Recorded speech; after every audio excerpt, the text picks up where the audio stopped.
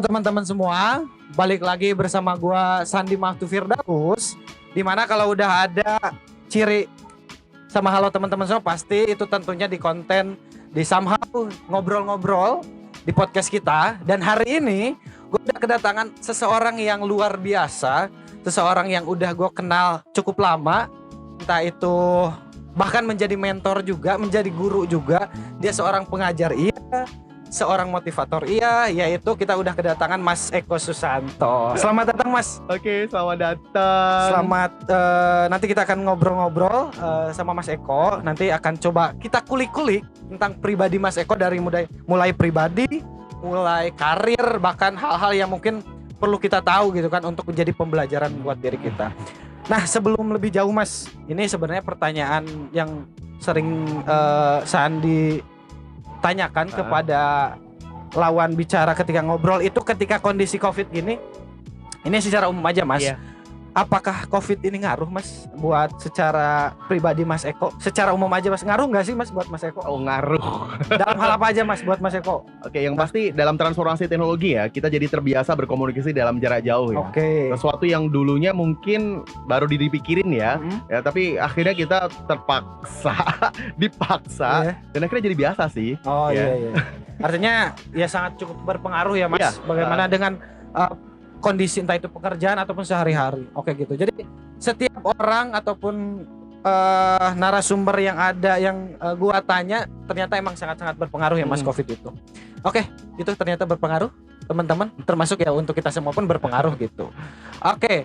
Nah, sebelum lebih dalam, Mas, Sandi ingin nanya tentang pribadi dulu mungkin. Yang Sandi tahu mungkin nama Mas Eko Susanto, walaupun sering disebut Eko Ultra Semangat. Iya, betul, Gitu. absolutely. Iya. Nanti kita juga ingin tanya kenapa sih namanya Mas Eko Ultra Semangat gitu. Lalu untuk ini, Mas, asal daerah ataupun tempat lahir di mana, Mas? Aku lahir di Boyolali, Jawa Tengah. Di Boyolali. Dekat dengan Bandara Adi Sumarmo. Iya, Bandara Adi Sumarmo kan sebenarnya di Boyolali kan. Oh iya. Tapi dikenalnya emang di mana? Ya di Solo. Oh di Solo. Kayak Soekarno-Hatta aja. Di Sebenarnya kan di Tangerang ya? Tangerang kan. Tapi dikenalnya di Jakarta. JKT. Iya. Bener. Oke, asal dari Boyolali. Lalu sekarang sudah berkeluarga, alhamdulillah. Udah Dengan dua putra, satu putra, satu putri. satu putra, satu putri. Dan kebetulan yang terakhir baru berapa bulan, Mas, kemarin? 11 bulan. Alhamdulillah 11 11 bulan. Yang pertama namanya siapa, Mas? Kenzi Barik Hamizan. Kenzi Barik. Yang kedua Siva Ayu Prameswari. Oh, Siva Ayu Prameswari. Wari. Oke, jadi alhamdulillah sudah berkeluarga, sudah punya 2 momongan, sudah lengkap juga, satu laki-laki, satu perempuan, masya Allah. Dan alhamdulillah sehat-sehat ya, Mas. Alhamdulillah, doanya Mas. Kenzi nggak diajak, Mas? Biar fokus aja aku sih.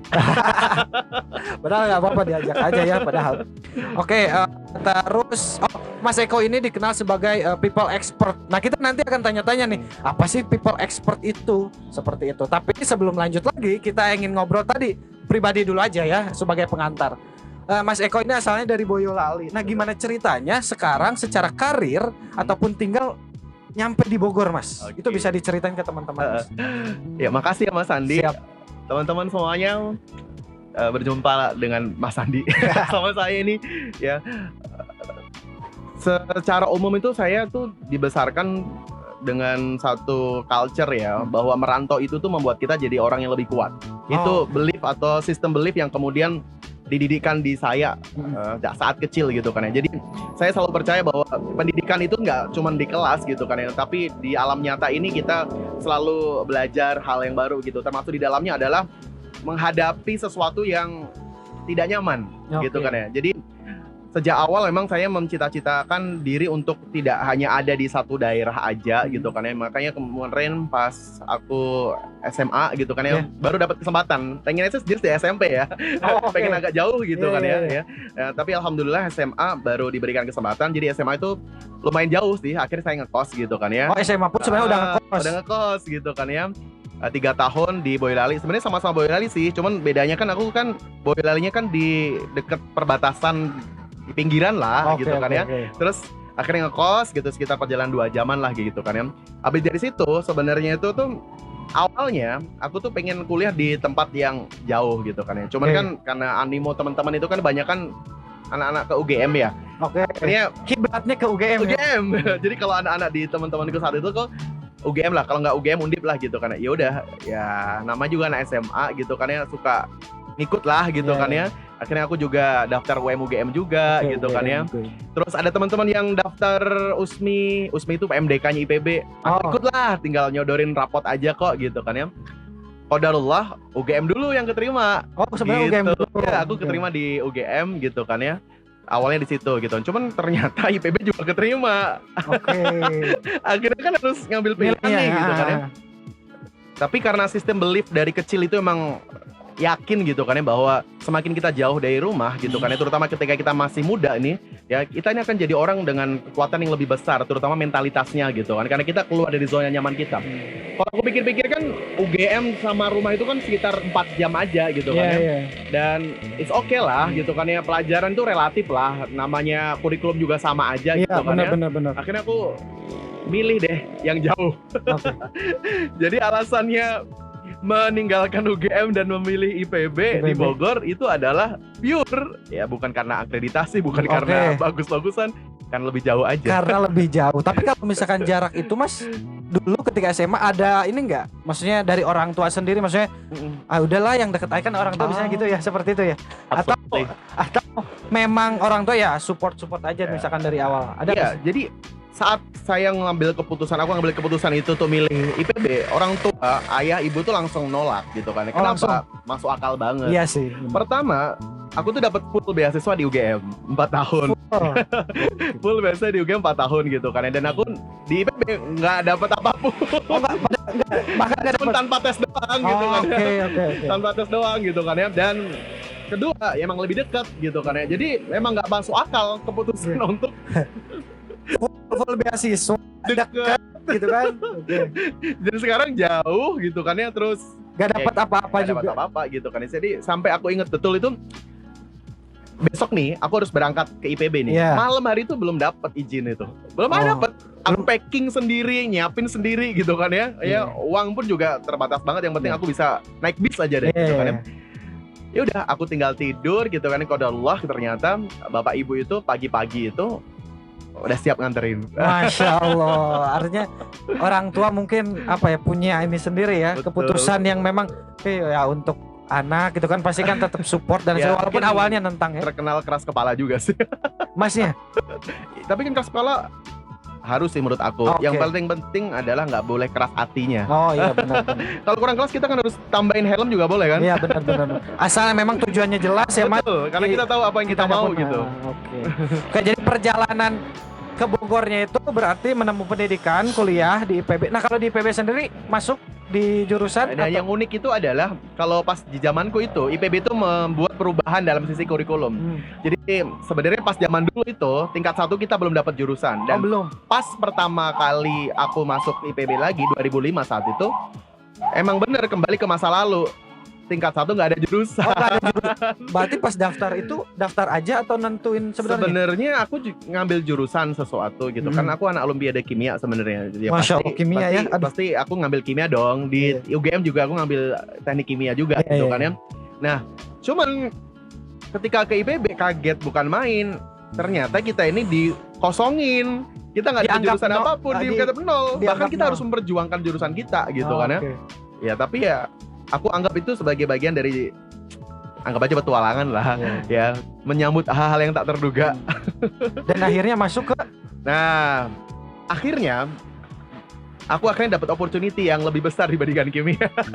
apa tuh Mas? Ya, jadi awalnya masuk ke kimia, tapi ternyata ketika kita dapat lebih pengalaman lah gitu kan, yang namanya SMA itu kita kan sebenarnya itu ya nggak jago-jago amat sebenarnya memahami jurusan kan gitu kan ya. Tahun waktu yang cukup banyak lah di kampus, akhirnya kemudian baru tahu itu ternyata tuh jurusan paling favorit itu teknologi pangan gitu Oke, kan ya. tekpang ya, tekpang. Tekpang. Ya akhirnya udah pas ngambil jurusan teknologi pangan, meskipun syaratnya lumayan ya 3,73 kalau nggak salah minimal di IPK tingkat 1 gitu kan ya. Tapi layak untuk diperjuangkan. Oke, luar biasa. Berarti perjuangan yang tidak mudah dari awal berangkat ke Bogor pun harus izin dari orang tua, ACC dari orang tua dan lain sebagainya, terus berangkat ke Bogor, ternyata situasinya dikosongkan juga, gitu kan, dianggap nol semua dan akhirnya masuk ke jurusan teknologi Iya, pangan. melampaui ekspektasi sih. Ya. Dari asalnya mungkin ekspektasi apa? Masuknya kimia ya, Heeh. kimia dan lain sebagainya. Oke Mas, nah dari Mas Eko sendiri ketika menempuh pendidikan kuliah, Mas Eko tuh tipe mahasiswa yang kayak gimana sih di kampus? Kompetitif. Kompetitif Ya, dalam dari hal apapun. Apapun. Aku termasuk orang yang kompetitif dari sejak kecil ya. sejak Dan kecil. sangat menyukai kompetisi. Sangat menyukai kompetisi. Dan aku merasa bahwa mentalitas aku dibangun lebih banyak karena kompetisi sih gitu. Aku suka ikut lomba gitu kan ya. Dan di kelas pun juga kompetitif gitu kan ya. Dan ini yang membuat pada akhirnya mau nggak mau belajar banyak gitu Oke, kan ya. ya. Belajar karena nggak menyukai kekalahan aja sih sebenarnya. Benar-benar. Jadi kesengsaraan saat kalah itu lebih sengsara dibandingkan kesengsaraan saat belajar gitu. Benar-benar. Ya artinya dalam kompetitif itu kan kita ya terus belajar. Artinya tidak ada batasan untuk berhenti belajar ya Mas. Absolutely. Ketika misalkan emang jiwa kompetitif itu. Heeh. Terus kalau misalkan di suka duka ketika Mas kan merantau nih, suka duka ketika Mas kuliah. Terus ya mahasiswa layaknya itu untuk Mas Eko itu sendiri gimana Mas ketika Iya. menjadi mahasiswa? Jadi gini, lingkungan di tempat aku tuh bukan lingkungan yang kuliah itu hal yang umum ya. Jadi kuliah itu sesuatu yang aneh gitu kan. Oke. Ya. Bahkan orang tua aku tuh ketika memutuskan untuk nguliahin aku gitu dianggap aneh gitu kan ya. Apalagi kemudian sampai-sampai harus jual tanah, jual sapi kayak gitu kan ya. Maka hal yang kemudian aku harus pegang saat itu adalah tidak semua kesulitan itu aku harus share ke orang tua, dan itu yang berat sebenarnya oke. gitu kan ya. Jadi karena aku tahu orang tua sendiri tuh dapat tekanan lingkungan itu tuh udah lumayan kan gitu kan ya. benar-benar. Sampai pada titik di mana termasuk ke biaya gitu kan ya. Iya. Aku tuh hanya ngambil sekitar sepertiga aja. Jadi orang tua tuh aku bebanin sepertiga aja dari biaya yang seharusnya aku tanggung gitu kan. Dan itu yang membuat aku harus pagi-pagi kita cari dagangan, keliling asrama, ya, dan macam-macam lah gitu kan ya. Ya, dan sesuatu yang sulit itu yang justru membuat banyak cerita sih gitu kan. Aku mungkin lebih bisa banyak cerita tentang perjuangan kuliahnya dibandingkan apa isi kuliahnya. Iya benar-benar. Oh, berarti Mas Eko sendiri untuk bisa terus survive kuliah itu berarti ada hal-hal yang dilakukan di luar dari belajar. Itu Betul tadi. sekali. Betul sekali. Kalau lebih detailnya apa sih Mas yang Mas Eko lakukan untuk bisa memenuhi kebutuhan ketika Mas Eko kuliah seperti tadi misalkan keliling asrama itu tuh ngapain, terus bagaimana sih prosesnya dan apa pelajaran yang Mas Eko dapat ketika Yang pasti jualan ya, karena memang menghasilkan uang itu mau nggak mau kita harus jualan karena kita juga nggak bisa kerja karena kita masih kuliah kan gitu kan ya. Akhirnya aku juga memanfaatkan pasar yang ada gitu kan ya, karena asrama itu kan kalau di IPB itu tingkat 1 asrama, jadi itu orangnya banyak banget dan biasanya kalau pagi-pagi itu suka kelaparan. Ya, Aku tuh biasanya pagi-pagi pas habis subuh gitu kan cari dagangan yang paling mudah itu adalah saat itu tuh maulan Arab, mall yang gede-gede gitu ya. Akhirnya kemudian aku sebelum anak-anak itu pada berangkat gitu kan, aku udah stok di masing-masing lorong gitu kan ya. Terus mereka ngambil. Kalau nggak habis, aku bawa itu ke kelas. Kayak gitu. Terus aku juga suka itu kan ada tuh makanan snack kiloan gitu. Aku beli yang kiloan, aku terus kemudian plastikin kecil-kecil, terus taruh di kos-kosan. Gitu. Habis sih, tapi kadang uangnya nggak ada. Ya Allah. Barangnya habis tapi uangnya nggak ada. Iya, itu susahnya kalau kita naruhnya di kosan cowok ya.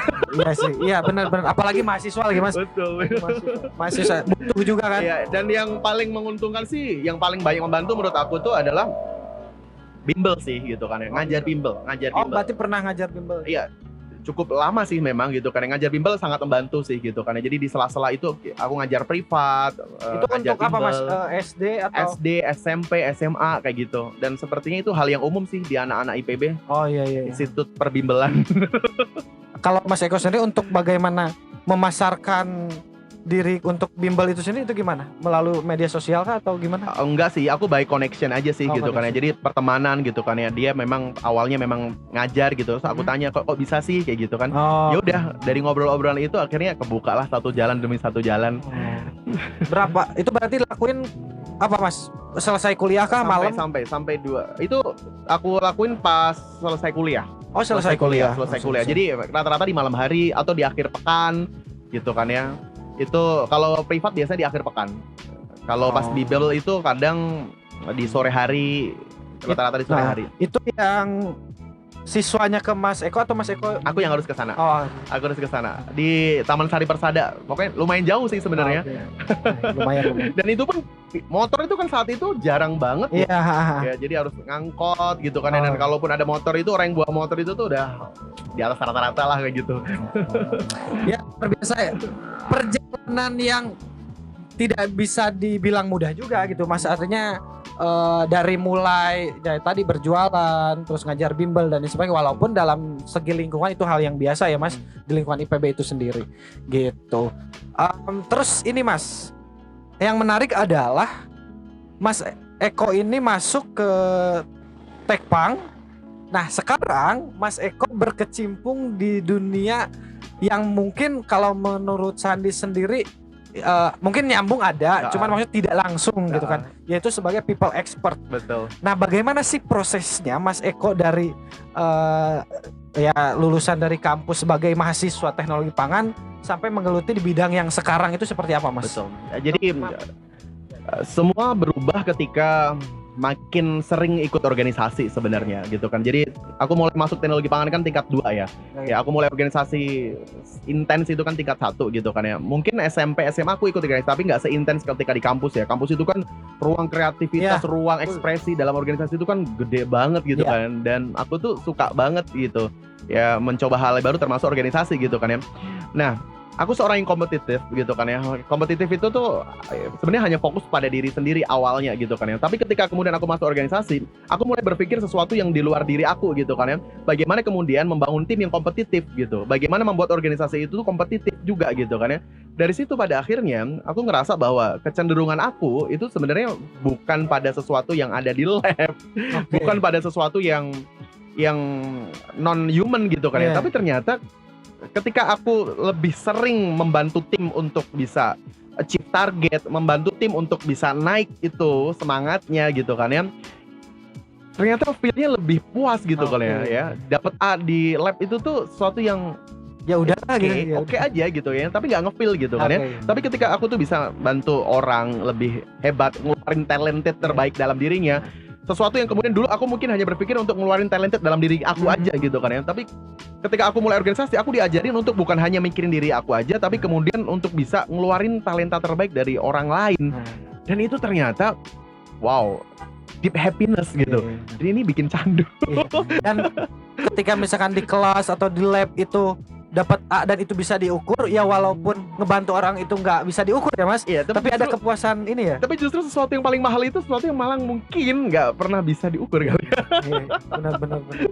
Ada kepuasan yang nggak bisa. Nah dari Mas Eko ngerasa oh ini nih kayaknya nih yang Mas Eko suka gitu kan, yang Mas Eko kayaknya ini gue banget nih. Nah dari proses menemukan itu sampai menempuh karir sampai sekarang apa aja sih yang dilalui oleh Mas Eko itu? Oke, masa-masa paling menggelisahkan buat aku itu adalah masa-masa 2008-2009 ya. Bagaimana kemudian nih kalau aku bilang itu kayak half quarter bukan ya, kayak masa-masa pencarian jati diri gitu kan ya. Itu tuh usia aku tuh berarti sekitar usia berapa ya? 21 tahunan lah gitu kan ya. 21-22 itu masa yang menurut aku tuh paling sulit buat aku gitu kan ya. Antara aku harus berfokus pada karirku di dalam teknologi pangan gitu kan ya, atau aku tuh mulai berpikir untuk bisa cari jalan lain kayak gitu gitu kan ya. Ya karena ini penting dan kegelisahan itu nyata gitu kan ya. Sampai pada akhirnya tahun 2009 semua mulai jelas gitu. Aku nggak bisa membohongi nurani aku gitu. Aku mencoba untuk kemudian mendengar kata nurani aku gitu kan ya, bahwa it's okay gitu kan ya. Kepuasan sejati aku ternyata bukan ketika aku sukses secara pribadi, tapi ketika melihat orang-orang itu tumbuh menjadi lebih besar dan aku punya saham dalam proses itu wow. Bahkan ketika orang itu nggak punya atau nggak ngucapin terima kasih sekalipun, itu tuh udah lebih dari cukup gitu kan ya. Dari situ pada akhirnya aku ngambil keputusan penting saat itu gitu kan, bahwa inilah jalan yang aku pilih. 2009 itu tuh menjadi tahun penting buat aku untuk memilih jalan ini. Dan tentu saja seperti proklamasi kemerdekaan aja gitu kan, peperangan baru saja dimulai gitu loh. Ada tantangan-tantangan besar. Absolutely. Jadi peperangan baru saja dimulai. Bagaimana kemudian akhirnya mengambil keputusan dan setia dengan keputusan itu dua hal yang berbeda gitu kan ya. Dan itu yang kemudian teruji ketika menikah. Oke, gitu. Maaf, keputusan itu diambil sebelum apa setelah menikah? Sebelum menikah. Oke, sebelum. 2009 aku ngambil keputusan untuk fokus dalam people development gitu kan ya.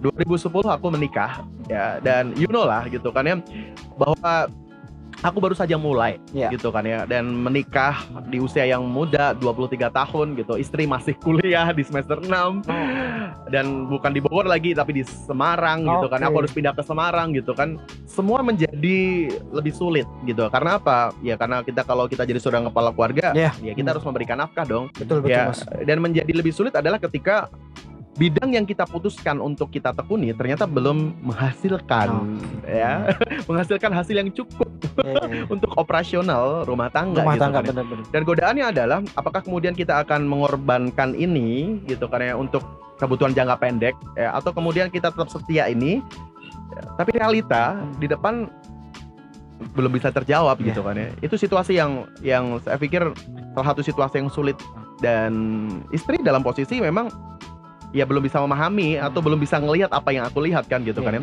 Tapi keputusan yang paling aku syukuri adalah aku memilih untuk tidak membenturkan keduanya. Oke. Ya akhirnya aku memilih untuk bekerja di perusahaan yang berbasis people development. Di mana Mas? Daerah di Semarang. Di Semarang. Ya, itu PT Trasco Cipta Madani. Dia adalah salah satu perusahaan terbaik di Jawa Tengah di bidang people development gitu kan ya.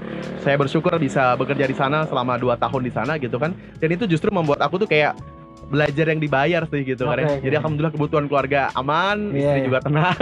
Artinya jadi tidak dibenturkan ya, tidak berbenturan. Betul. Artinya pembelajaran dapat, artinya sejarah kebutuhan keluarga pun dapat. Betul. Gitu ya. Itu berarti berapa lama Mas di sana? 2 tahun saya. 2 tahun. 2 tahun. Itu berikut bekerjanya di sana 2 tahun? Iya, aku bekerja di sana 2 tahun. Sebenarnya di Bogor itu kan aku udah bekerja 2 tahun di perusahaan pelatihan. Gitu kan ya. Di perusahaan training aku udah bekerja 2 tahun gitu kan ya. Lalu kemudian aku di Semarang, aku bekerja di sana 2 tahun. Baru kemudian karena istriku udah lulus, aku pindah ke Depok saat itu dan untuk pertama kalinya aku mengibarkan bendera sendiri ya, ultra semangat.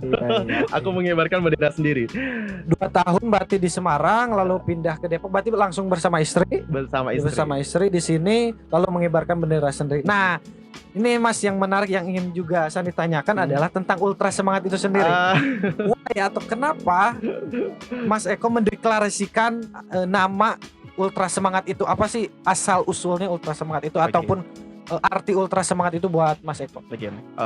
Sebenarnya ini adalah bagian dari perjalanan hidup dari kecil, bahwa aku tuh orang yang sangat kompetitif, menyukai kemenangan dan tidak menyukai kekalahan gitu.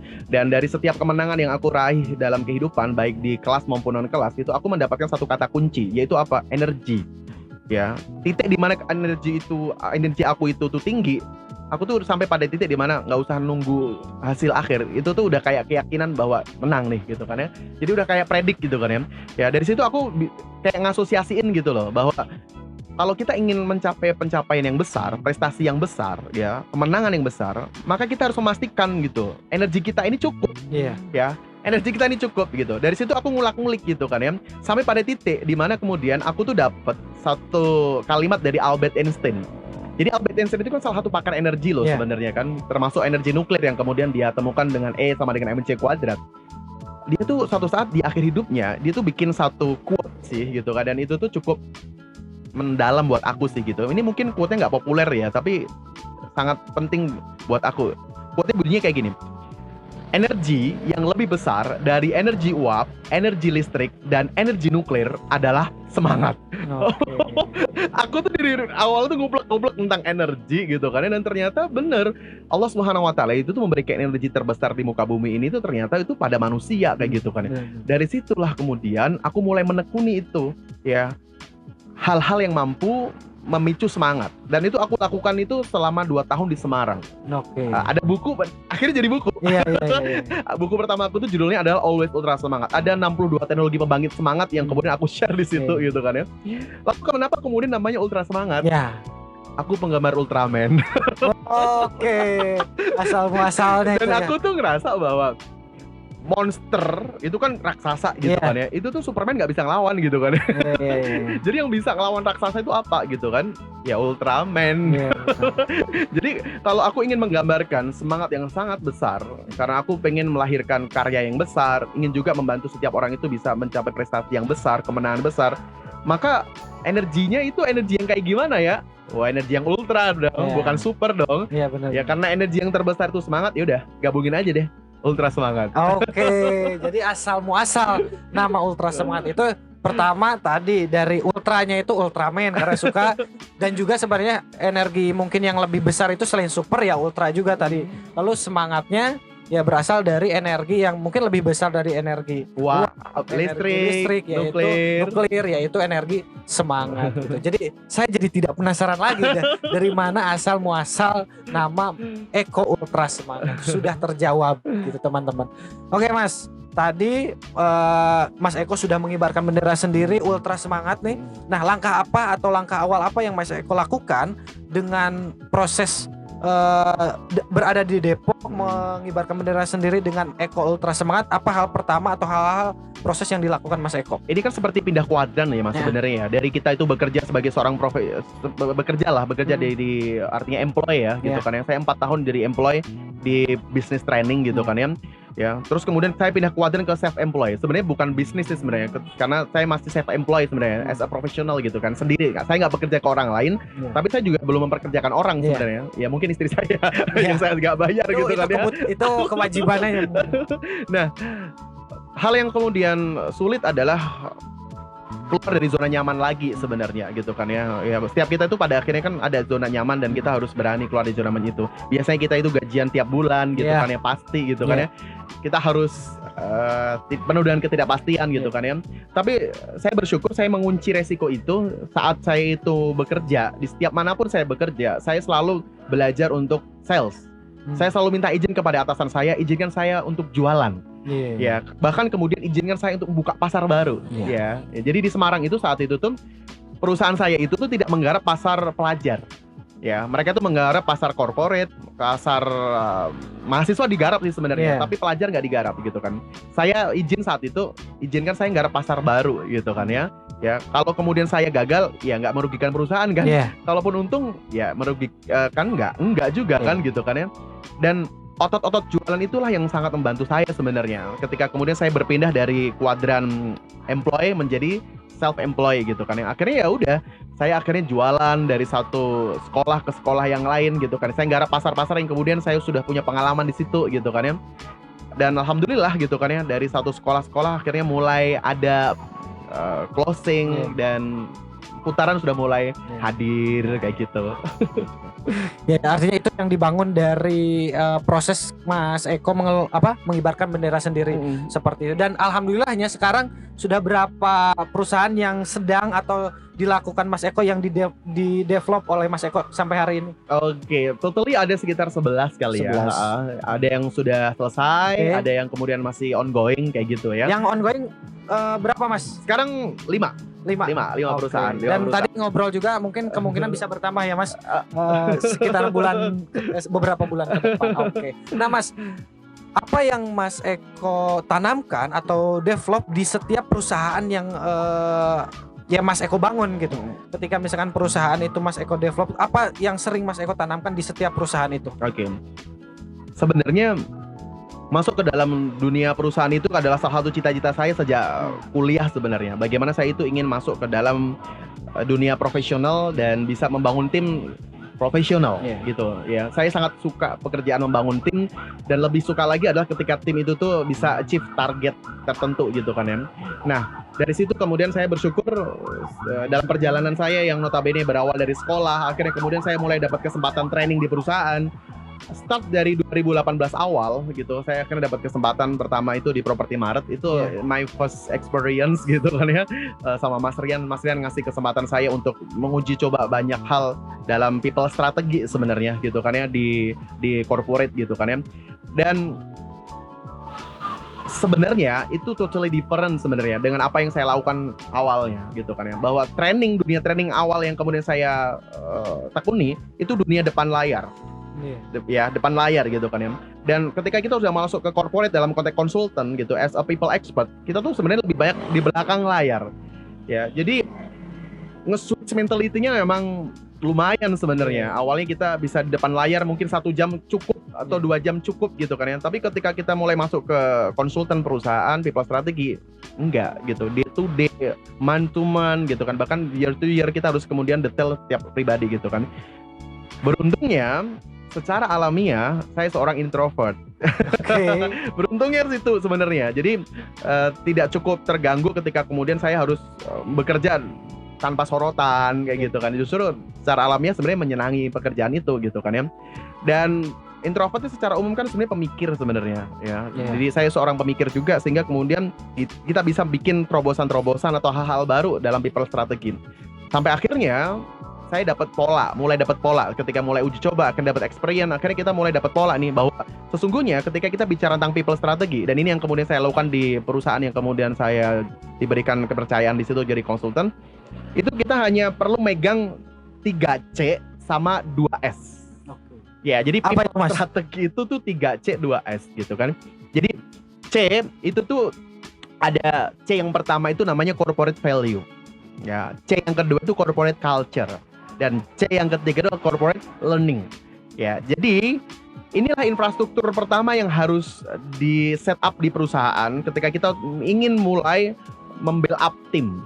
Ya, memastikan bahwa kita mendefinisikan karakter seperti apa yang akan kita build up. Bahwa tim itu harus punya satu frekuensi. Dan frekuensi itu, kalau kita bicara manusia, itu bicara tentang karakter. Bahwa kita ini punya karakter tertentu yang mendefinisikan kita ini berbeda dengan yang lain. Jadi kayak tim sepak bola nih, Liverpool tuh harus punya karakter tertentu nih, yang beda dengan Bayern Munchen, yang beda dengan Real Madrid. Nah, karakter ini harus terdefinisi lebih dahulu. Dan ini saya biasanya membantu perusahaan untuk mendefinisikan DNA utama mereka di dalam karakter itu apa, yang kita terjemahkan dalam corporate value. Ya, ada karakter dasar, ada karakter inti. Karakter dasar itu nanti jadi value dasar, karakter inti jadi value inti. Value dasar untuk daya tahan. Ya, ini kalau sepak bola itu harus punya pertahanan yang bagus ya. Dan karakter inti itu daya serang. Bagaimana kita bisa bukan hanya survival, tapi membuat pencapaian-pencapaian besar gitu kan, ekspansif gitu kan ya. Setelah kita mendefinisikan itu, maka kita harus mentransformasikan menjadi daily routine kita. Bahwa apa sih yang membuat sebuah value itu berubah jadi karakter, habit kan, ya, bahkan menjadi sebuah culture. Dan kita harus mendefinisikan itu, merubah transformasi itu ke dalam daily routine yang kita sebut dengan corporate culture. Ya, corporate culture ini yang akhirnya membuat kita bisa mentransformasikan apa yang kita sebut nilai menjadi sebuah karakter. Dan yang terakhir adalah bahwa dunia berubah. Iya, benar. Kita pun juga harus berubah, bahkan lebih cepat dibanding perubahan itu sendiri. Benar, Mas. Dan perubahan itu hanya bisa dilakukan kalau kita terus belajar. Maka kita harus membuat organisasi kita ini menjadi organisasi pembelajar. Perusahaan kita ini menjadi perusahaan pembelajar. Agar kita tidak hanya mampu menghadapi tantangan, tapi bahkan bisa menantang hal-hal baru. Dan ini bisa dilakukan dengan apa? Men-set up corporate learning. Ya, bagaimana setiap orang dinaikkan dari satu level ke level yang lain, sehingga dia minimal lah satu level lebih tinggi dibandingkan tantangan yang harus dia hadapi. Ketika kita sudah mendapatkan atau men-set up 3C itu, maka kita bisa mulai masuk ke area 2S.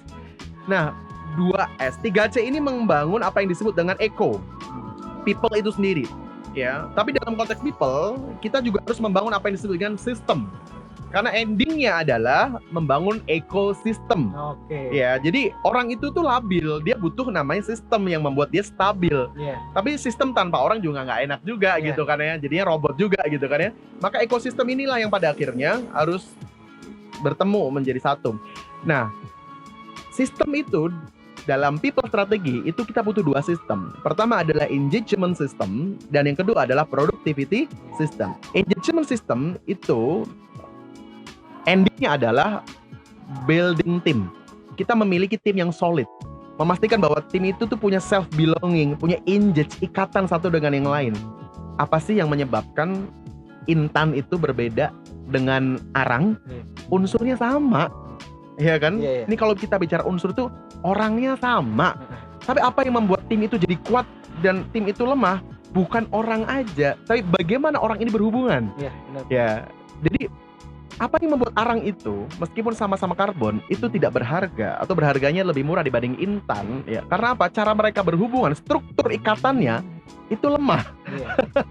Ini kalau kata Rasulullah SAW itu tuh seperti buih gitu loh ya, lemahnya gitu kan. Intan strukturnya, unsurnya sama, tapi mereka berikatan dengan cara yang sangat kuat. Dan apa yang membuat mereka kuat? Tempaan, ujian, dan cara mereka menghadapi itu semua ya dengan kekompakan. Ini yang membuat mereka menjadi solid ya, sampai pada titik di mana baja pun kalau memotong pakai apa? Intan. Iya, benar-benar.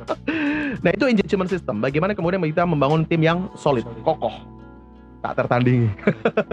Nah, apa itu cukup? Enggak gitu kan ya. Pada dasarnya ketika kita sudah punya tim yang solid, kita harus bisa mengarahkan tim yang solid ini kemana.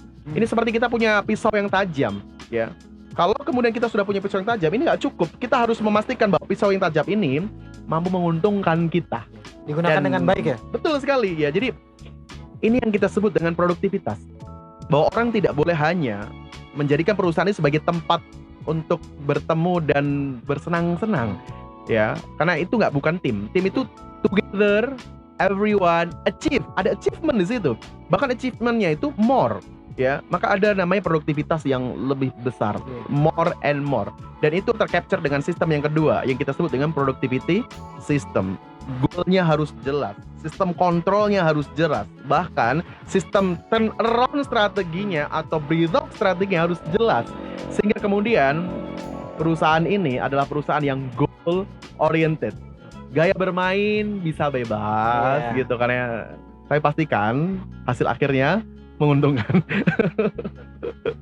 Oke, luar biasa tadi pemaparan, bahkan saya pun ngerasa kuliah lagi ya gitu kan.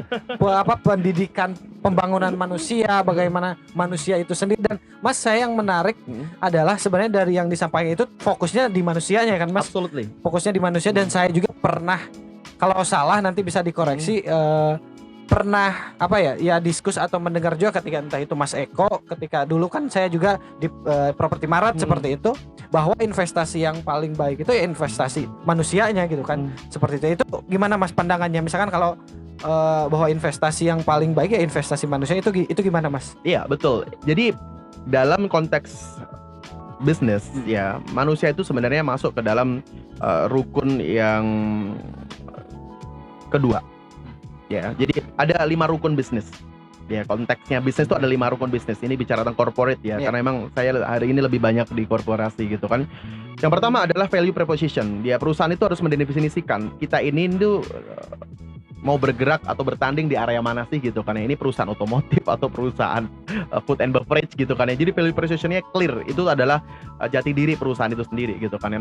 Nah, rukun kedua dalam bisnis itu bukan finance, bukan marketing, bukan produksi, tapi people, atau human gitu kan ya. Jadi sama seperti kalau dalam agama Islam itu rukun pertama itu syahadat ya, yang membedakan antara seseorang itu berbeda itu kan di situnya ya. Lalu kemudian rukun kedua itu sholat, itu tiang ya. Maka esensi dalam perusahaan people itu tuh seperti sholat dalam rukun Islam itu sendiri, yang artinya tiang perusahaan itu adalah orang. Coba Anda bayangkan gitu kan ya, perusahaan punya ya strategi yang sehebat apapun gitu kan ya, ini atapnya keren banget lah gitu kan ya, pondasinya bagus banget, tapi nggak ada tiangnya. Gak akan kokoh. Mana kita ini gitu kan ya. Jadi sulit mengatakan kita ini bisa menjadi sebuah bangunan kayak gitu kan. Itu kenapa investasi yang luar biasa yang harus kemudian kita jadikan prioritas dalam perusahaan itu adalah selain ide, ya itu adalah eksekusi ide itu sendiri. Dan siapa yang eksekusi ide itu? Manusia, orang. Ya, bahkan kata founder dari Gojek, Anda tentu tahu ya, Nadiem Makarim ya. Orang bisa mencuri ide kita, tapi orang nggak bisa mencuri eksekusi kita. Pertanyaannya, yang eksekusi ide itu siapa? Orang. Jadi ya tetap kembali lagi ke manusia, dan manusia itu sendiri berada di posisi yang sangat-sangat vital ya Mas, sangat-sangat penting gitu teman-teman. Luar biasa tadi ilmu dan pencerahan yang luar biasa ya, mungkin buat saya pribadi ataupun mungkin buat teman-teman semua yang nanti menyaksikan video ini seperti itu. Oke Mas, tadi saya juga sudah banyak cerita, Mas Eko sudah banyak cerita tentang dunia develop human dan lain sebagainya. Nah, tadi Mas Eko menyinggung tentang sepak bola sedikit. Gitu. Nah, saya juga tahu bahwa atau sering ngobrol dulu bahwa Mas Eko ini punya cita-cita ataupun punya goals untuk bagaimana siapa berarti Kenzi ya Mas? Betul sekali. Kenzi ini untuk bisa berkarir khususnya di dunia sepak bola dan tidak tanggung-tanggung, yaitu ingin menyekolahkan sepak bola itu sampai ke luar negeri gitu. Nah, pertanyaan saya Mas, pertama kenapa sepak bola? Yang kedua, kemana ingin disekolahkannya Mas? Dan kenapa ke sana? Oke, thank you ya. Mas, saya tipikal orang yang well planned ya, terencana gitu kan ya. Karena saya percaya bahwa gagal merencanakan sama dengan merencana kegagalan. Tahun 2010 ya, sebelum saya menikah gitu kan, saya ngambil 2 kuliah di luar negeri gitu kan. Pertama di Kuala Lumpur, di International Islamic University Malaysia. Habis itu saya ngambil kuliah lagi di University Teknologi Malaysia gitu kan ya. Saya ngambil kuliah non gelar ya. Yang paling menarik adalah kuliah itu kan berbasis riset ya Mas ya, gitu kan. Kuliah by riset. Saya ngajuin penelitian dan kemudian saya diberikan akses seluas-luasnya untuk bisa mendapatkan data sekaligus konsultasi terkait dengan itu. Di UTM, University Teknologi Malaysia gitu kan, saya itu kuliah dan riset di teknik sipil. Riset yang saya lakukan itu adalah tentang, saya ingin belajar bagaimana ya, semua kuliah saya itu tentang human development Mas, people development gitu kan. Saya ingin belajar bagaimana cara membangun manusia dari teknik sipil membangun bangunan. Itu judul riset saya dan alhamdulillah di ACC sama Kementerian Pendidikan Malaysia ya, dan saya berkesempatan untuk ke sana dan hasilnya sangat nggak mencenggangkan ya Mas, sesuai dengan hipotesa saya sih sebenarnya, bahwa sesungguhnya kita ini lebih detail dalam merencanakan membangun sebuah bangunan dibandingkan merencanakan membangun manusia. Oke. Pun itu terkait dengan manusia yang paling berharga untuk diri kita. Itu keturunan kita itu sendiri. Bagi orang tua tentu saja yang paling berharga itu bukan dirinya ya, tapi anak-anaknya kan gitu kan ya. Kita cenderung abai ya, membuat perencanaan yang matang terhadap sesuatu yang bahkan kita ini di akhirat aja itu akan diminta pertanggungjawaban gitu kan ya. Kita salah bikin bangunan gitu kan ya, mungkin ya pertanggungjawabannya di dunia lah gitu. Itu pun kadang-kadang kita sendiri yang nanggung gitu kan ya. Para ahli bangunan itu tidak akan memulai pembangunan sebelum clear ini bangunan mau jadi apa. Iya benar. Bentuknya kayak gimana, sampai saya marketnya kayak gimana, anggarannya butuh berapa. Iya. Karena kalau salah desain ya, udah langsung kemudian dibangun aja, ruginya double Mas. Rugi tenaga, waktu gitu kan ya, biaya macam-macam kan gitu kan. Pertanyaannya, apakah kita melakukan hal yang sama untuk keturunan kita? Enggak. Kita cenderung udah punya anak mau jadi apa, terserah dia mau jadi apa. Kita mah dukung-dukung aja kan gitu bahasa. Saya termasuk orang yang percaya bahwa para raja itu disiapkan. Ya, dan itu yang terjadi ya kepada para putra mahkota, mereka disiapkan dari kecil. Bahkan dalam pemilihan ibu mereka. Coba perhatikan, para raja itu menikah itu nggak sembarangan gitu kan ya. Karena apa? Target mereka itu bukan hanya permaisurinya, tapi permaisuri ini akan melahirkan putra mahkota. Ya, dan mereka tahu bahwa putra mahkota terbaik itu lahir dari benih terbaik dan tempat persemaian yang terbaik. Ya, di samping kemudian lingkungan yang terbaik. Tapi clear tujuannya untuk apa? Menjadi seorang raja. Dan itu juga yang kemudian saya percayai, bahwa para raja disiapkan dan saya menyiapkan keturunan-keturunan saya untuk bisa menjadi raja dan ratu di bidang mereka masing-masing gitu kan ya. Dan saya pikir setiap orang tua tuh pasti juga ingin seperti itu sih gitu kan ya. Cuman kadang mungkin saya beruntung ya ada di bidang yang kemudian memang mensupport itu gitu kan ya. Akhirnya saya menyiapkan anak-anak saya itu bahkan sebelum saya itu menikah. Waduh, sangat panjang sekali gitu kan. Dan memang ternyata itu konsepnya Mas, bahwa pendidikan anak tidak dimulai ketika anak itu lahir. Pendidikan anak dimulai ketika bahkan kita sebelum menikah. Karena benih anak itu sudah ada di dalam tulang kita. Apa yang kita lakukan saat kita muda sebagai seorang laki-laki itu membentuk benih anak itu. termasuk apa yang dilakukan oleh calon ibunya ya saat dia belum menikah, itu membentuk tempat persemaian benih itu. Jadi kalau kita ingin menghasilkan hasil yang baik gitu kan ya, maka pastikanlah kita ini sebagai laki-laki berkelakuan baik, berkebiasaan baik ya. Ini membuat benih kita bagus ya. Dan pilihlah perempuan. Kalau perempuan itu kan dalam agama kita itu kan disebutnya itu adalah ladang, tempat persemaian benih itu sendiri gitu kan. Benih baik ditambah ladang yang subur jadi bagus. Dan inilah yang kemudian membuat saya menjadikan standar dalam pemilihan siapa yang akan jadi istri saya saat itu. Saya sedang tidak mencari istri, tapi saya sedang mencari ibu buat anak-anak saya. Dan dalam konsep kepahlawanan, ada buku namanya Mencari Pahlawan Indonesia karya Anies Mata. Dia bilang tidak semua rahim perempuan itu bisa melahirkan para pahlawan. Jadi hanya ada perempuan-perempuan tertentu yang akan diberikan kehormatan untuk melahirkan para pahlawan. Dan itu ada kriterianya gitu kan ya.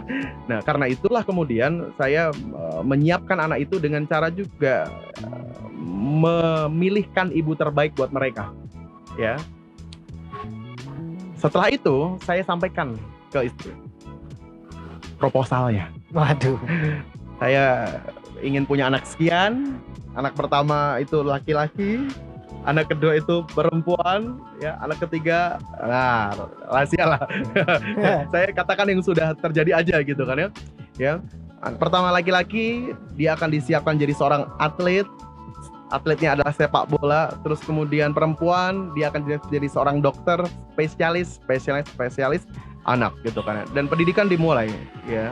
Bahkan itu sekolah itu bahkan dimulai sebelum kemudian kita punten ya berhubungan. Ya.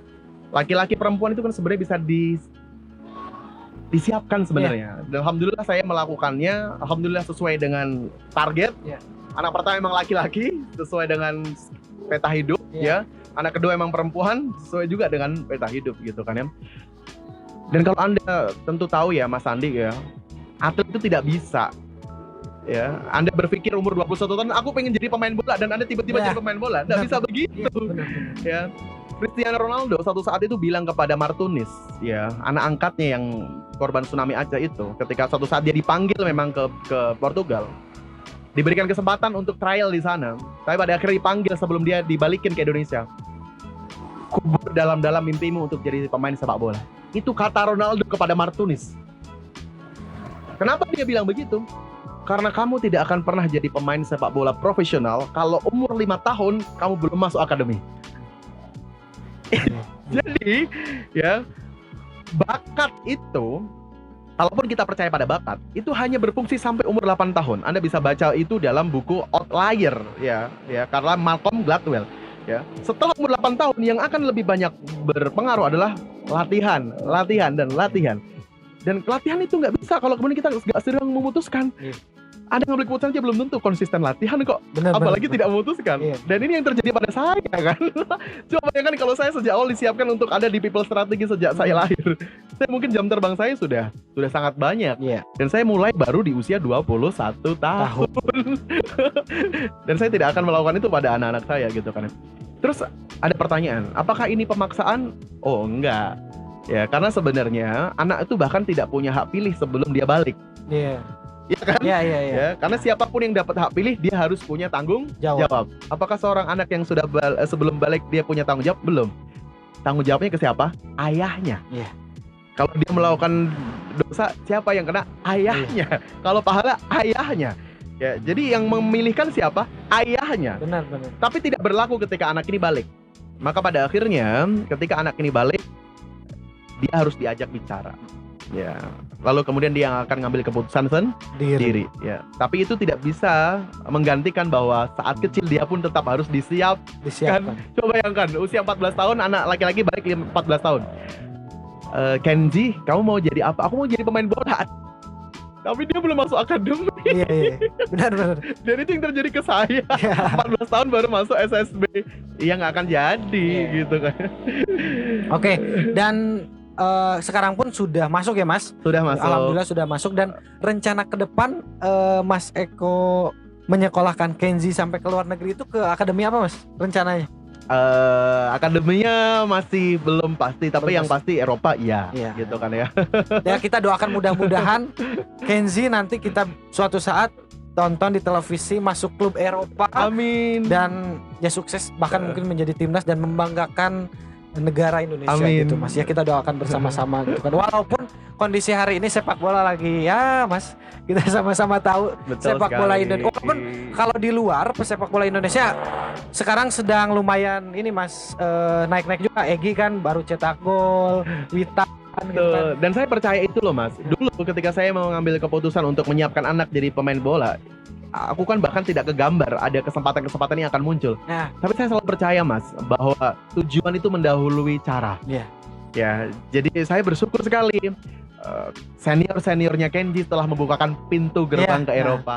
Ya, sehingga saya pikir ada waktu yang cukup. Insya Allah 7 tahun lagi Insya Allah kita sudah siapkan untuk ke Eropa kan gitu. Termasuk pemilihan sekolah SD Kenji itu kan mempertimbangkan itu ya, juga. oke. Apakah sekolah ini cukup untuk kemudian membuat batu tangga untuk selanjutnya ke Eropa gitu kan ya.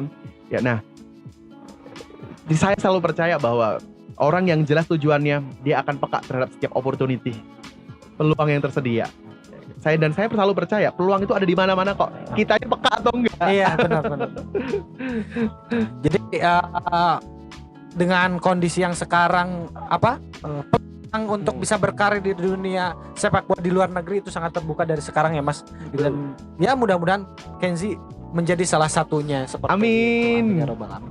Oke Mas, udah banyak nih, bahkan tadi saya mendapatkan ilmu tentang bagaimana menentukan pasangan, mempersiapkan bahkan anak itu bahkan sebelum lahir dan sebagainya. Saya sebagai orang yang mungkin belum menikah menjadi tercerahkan gitu. Apa sih yang harus saya Terserahkan lakukan? atau makin bingung? Ya, mudah-mudahan tercerahkan Mas. Mudah-mudahan tercerahkan gitu kan. Artinya saya pun ya mempersiapkan diri gitu. Doakan saya juga Mas. Amin. Supaya Semoga segera sold out. amin ya Rabbal Alamin. Oke Mas, kita sudah